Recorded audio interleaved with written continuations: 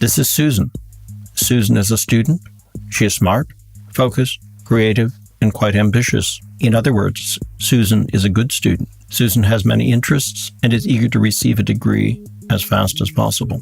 The term plagiarism comes from the French word for thief of intellectual property. Plagiarism is understood as using texts, images, music, or other intellectual or creative works without permission and without referencing the original author. Plagiarism can occur on different levels. The most obvious form of plagiarism is copying a text and publishing it under one's own name. But even some cases of paraphrasing or copying of ideas count as plagiarism, as well as the adaptation of certain figures of speech.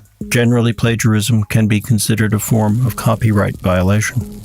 But plagiarism must not necessarily occur due to intentional misbehavior, but can be the result of messy scholarly work or simply ignorance.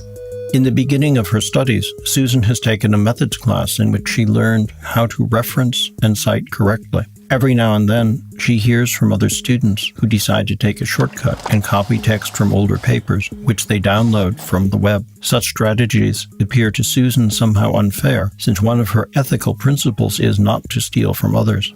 At the same time, she does not want to stay behind. After her third semester at the university, she decides to submit her very own paper in 2 separate faculties, with only the title slightly altered. As she is aware that this is not appropriate, she consoles herself with the thought that she is not stealing from others.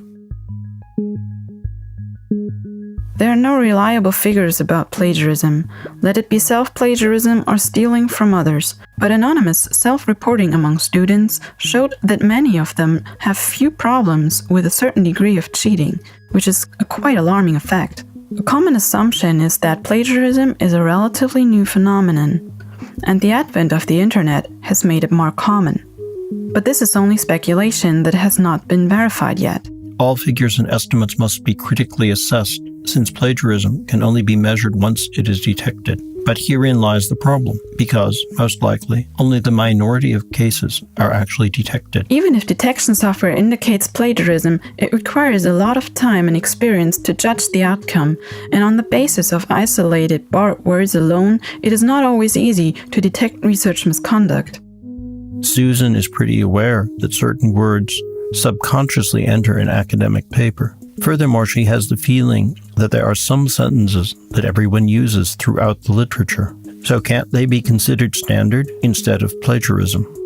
No doubt plagiarism can happen even without an intention to steal intellectual property. We at the Head Center have dedicated our research toward these issues. So come and join us to learn more about research integrity issues and our activities toward researching and preventing them.